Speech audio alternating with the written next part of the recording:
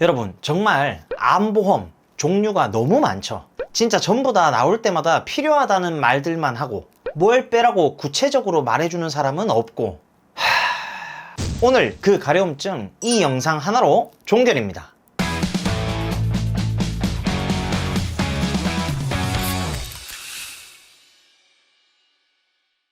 네, 안녕하세요. 여러분들의 갈증을 톡 쏘는 보험 지식으로 해소시켜드리는 보험사이다입니다. 반갑습니다. 암 수술비다, 표적 항암제다, 면역 항암제다, 도대체 뭐 이렇게 복잡해요? 암보험이 도대체 뭐 그렇게 종류가 많아요? 아니, 그거 진짜 다 가입해야 하는 게 정말 맞는 거예요? 이렇게 궁금해 하시는 분들이 많으신데, 여러분, 그 가려움증을 해소시켜드리는 게 도대체 누굽니까? 하하하하. 톡 쏘는 보험 지식으로 여러분들의 갈증을 해소시켜드리는 보험사이다. 정말 많은 분들이 보험사이다 채널을 통해서 보험 가입이나 보험 리모델링 상담 문의를 정말 많이들 주시지만, 문의 주실 때마다 공통적으로 궁금해 하시는 부분들이 있어요. 보험사이다님, 도대체 암보험은 왜 이렇게 종류가 많은 거예요? 아니, 얼마 전에 지인이 전화가 와서 표적항암 치료비 보험이 나왔다고 무조건 가입하라고 하던데, 이거 꼭 가입해야 되나요? 등등. 이제 오늘 이 영상 보신 분들은 더 이상 그런 답답한 가려움증은 없으실 겁니다. 여러분들이 가지고 계신 암보험 증권, 오늘 영상 보시면서 꼭 한번 같이 확인을 해보자고요. 그리고 주변 분들께도 얼른 공유해 주시길 바랍니다. 보험사이다. 보험 광고는 손해보험 광고심의 기준을 준수하였으며 유효기간은 시민으로부터 1년입니다. 통계청 보도자료에 따르면 대한민국 주요 사망 원인 1순위가 바로 암입니다. 암으로 사망하는 사람이 대한민국에서 가장 많다는 겁니다. 그래서 이걸 대부분 주변에서 가족이나 지인이 암을 경험했거나 실제로 암이 얼마나 많이 발생하는지를 다들 알고 계시니까 이 보험을 가입할 때 아마 여러분들이 실비보험 다음으로 준비를 많이들 하시는 게 암보험이 아닐까 싶은데, 사실 암보험은요, 암에 대해서 걱정이 돼서 가입을 하는 상품이지만 정작 내가 가입한 암보험이 어떤 식으로 구성이 된 건지 솔직하게 말씀을 드려서 병원에서 암 진단을 받고 치료를 받으시는 분들 말고는 잘 모르실 거예요. 암에 걸리기 전까지는 내가 가입한 암보험 증권 한번 안 열어보는 거죠. 그래서 일단 걱정은 되니까 암 관련된 담보도 막 이것저것 다 넣어서 가입을 해놓고 방치해 놓으신 분들이 많으실 텐데, 이게 또 특이하게 이것저것 많이 집어넣다 보면 이게 뭐 적힌 게 많긴 한데 이게 내가 잘 가입한 게 맞나? 싸한데 이거. 분명히 여러분들 이러셨을 거 아닙니까? 그래서 오늘은 이 보험사이다가 암보험을 가입할 때 정말 비추천하는 보장 4가지에 대해서 속 시원하게 알려드릴 예정입니다. 자, 우선 결론부터 말씀드릴게요. 암보험을 가입할 때 가장 우선순위가 되는 특약은 먼저 바로 일반 암 진단비와 유사암 진단비입니다. 이건 가장 암보험을 준비할 때 그냥 가장 우선순위, 제일 중요하다고 생각을 하시면 됩니다. 우선은 진단비가 뭐예요, 여러분? 진단을 받자마자 지급을 하는 게 진단비죠. 헷갈리시는 분들을 위해서 여기서 말하는 유사암은 기타 피부암, 갑상선암, 경계성 종양, 제자리암을 말하고요. 일반 암은요, 이 유사암들을 제외한 모든 암을 말합니다. 이게 무슨 소리냐?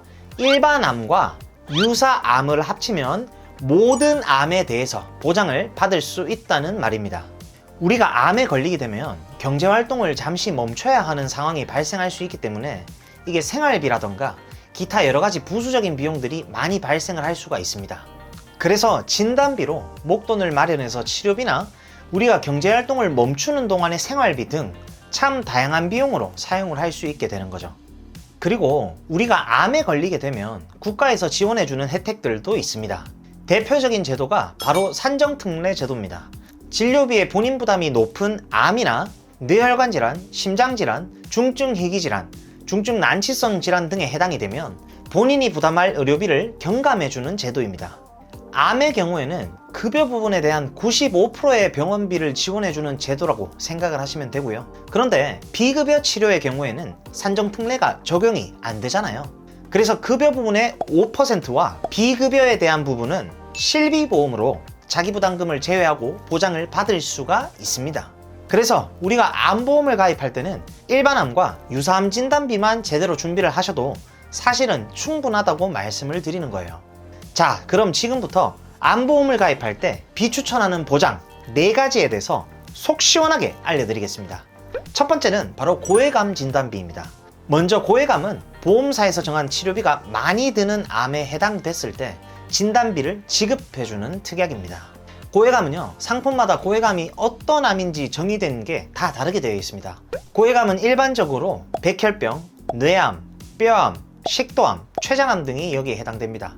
그냥 일반적인 암이 아니라 이렇게 큰 암들이 고액암이라고 생각하시면 아주 이해가 쉽겠죠. 이걸 5천만원, 7천만원 넣어 놓으신 분들이 계신데 보험료가 싸고 보장 금액이 크니까 이걸 다 받을 수 있는 돈이겠지 하면서 생각하시는 분들이 상당히 많은데, 고액암은요, 일반 암 안에 어차피 속해 있습니다, 여러분. 일반 암에 비해서 보장 범위가 상당히 좁기 때문에 해당될 확률은 일반 암에 비해 현저히 낮겠죠. 가성비를 원하신다면 굳이 권장드리지 않습니다. 차라리 여러분들이 나중에 혹시나 암이 오더라도 어떤 암이든 따지지 않고 보장을 받을 수 있는 일반 암 진단비를 구성을 하시는 게 여러분들이 나중에 돈이 나오네 안 나오네 이런 생각을 안 하실 수가 있겠죠. 이런 거 하나하나 모으면 결국에는 지금 여러분들이 내고 계시는 보험료가 될 수가 있습니다. 두 번째로 비추천하는 보장은 바로 재진단암 진단비입니다. 특정 회사들은요, 이렇게 계속 받는 암 진단비라고 적혀 있기도 합니다. 쉽게 말씀을 드리면 처음 암이 왔을 때는 이 특약에 대해서 아무것도 받을 수가 없어요. 암에 걸렸던 사람이 다시 암이 왔을 때 정해진 암 진단비를 지급해주는 담보입니다. 그런데도 이 특약은요, 상당히 비싼 편입니다. 예시를 하나 들어볼게요. 일반 암 진단비 1,000만원의 월 보험료는요 9,920원입니다. 근데 재진단암 진단비를 1,000만원을 설정했을 때 월 보험료는 11,340원이 나오게 됩니다.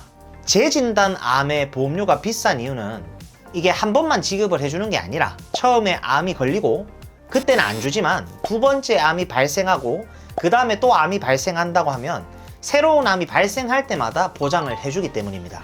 근데 여러분, 여기서 잘 생각해 보셔야 되는 게요, 암이 2번 오는 것까지는 뭐 제 고객님들 중에서도 간혹 보긴 했지만 3번, 4번 오는 거는 사실 쉽지가 않겠죠. 근데 이걸로 끝이 아닙니다. 약관을 보면 더욱 재밌는 사실을 알 수가 있습니다. 재진단암 진단비를 지급을 받으려면요, 첫 번째 암에 걸리고 나서 여러분들이 2년 안에 암이 오면 안 됩니다. 그러니까요, 첫 번째 암이 걸리고 2년이 지난 후에 그 다음에 다시 암이 걸려야 진단비를 지급받을 수가 있습니다.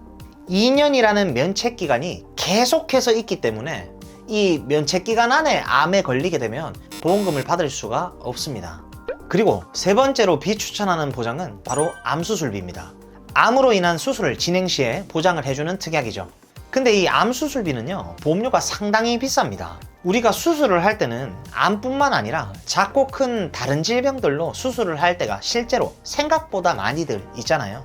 뭐 단순 티눈을 제거한다던가 산모들의 제왕절개, 치질, 요실금, 체해충격파 석쇠술, 무지애반증, 유방 만모톰 시술, 건강검진 중에 뭐 용종이 발견돼가지고 단순 위나 대장, 뭐 아니면 자궁이나 유방, 용종 제거 등 이렇게 수술의 종류는 굉장히 많죠.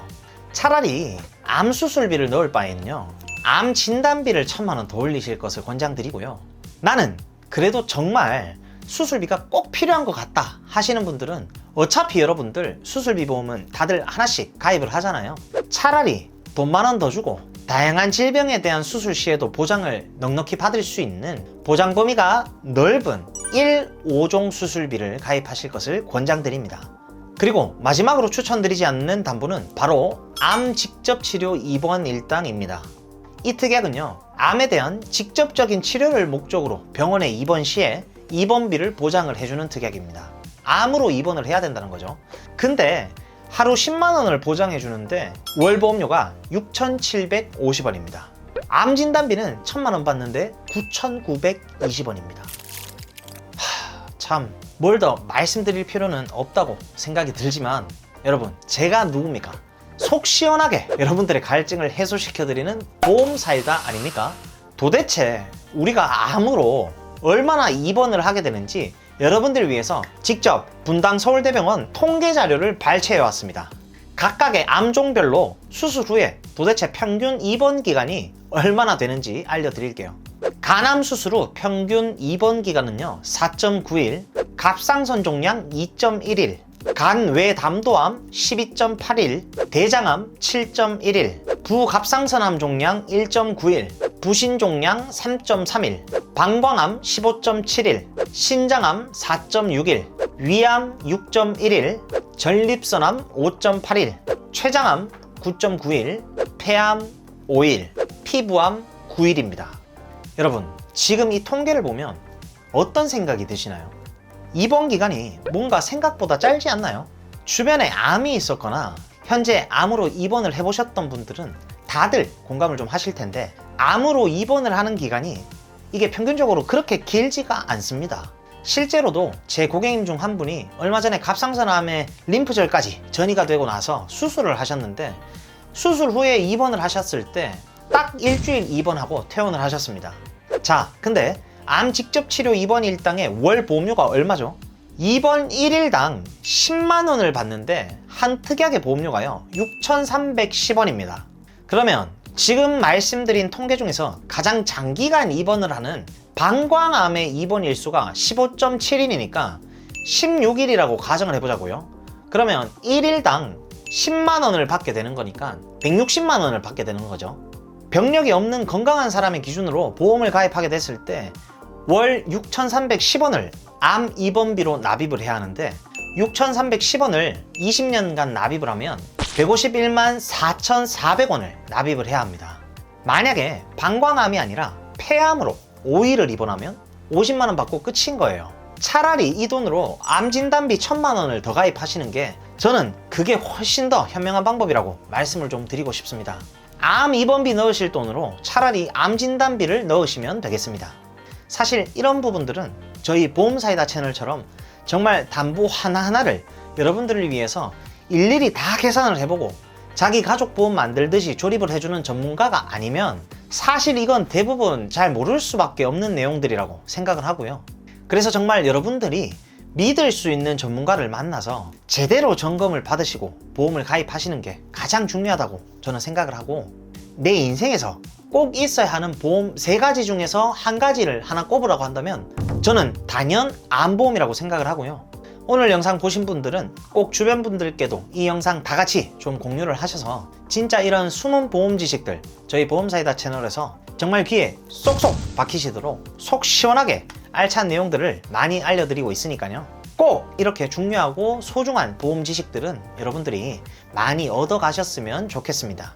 제 영상을 시청해주시는 많은 분들이 보험을 통해서 꼭 손해가 아니라 수혜를 받을 수 있는 그런 분들이 모두 다 되셨으면 좋겠고요. 저희 보험사이다 채널에서는 고객 한 분 한 분께 면밀히 최선의 설계를 도와드릴 수 있도록 30개 이상의 생명보험, 손해보험 여러 회사들을 비교 설계 및 약관 분석을 통해 도움을 드리고 있습니다. 보험가입이나 리모델링에 대해서 궁금하시고 상담을 희망하시는 분들은 댓글창에 상담 신청 링크 클릭하시거나 카카오톡 검색창에 보험사이다 검색하셔서 문의를 주시면 저희가 순차적으로 면밀히 상담을 도와드릴 수 있도록 하겠습니다. 보험사이다 구독, 좋아요, 알림 설정 잊지 마시고요. 그럼 다음 시간에 더욱 시원하고 톡 쏘는 보험 지식으로 찾아뵙도록 하겠습니다. 이상 보험사이다였습니다. 감사합니다. 본 광고는 손해보험 광고심의 기준을 준수하였으며 유효기간은 시민으로부터 1년입니다.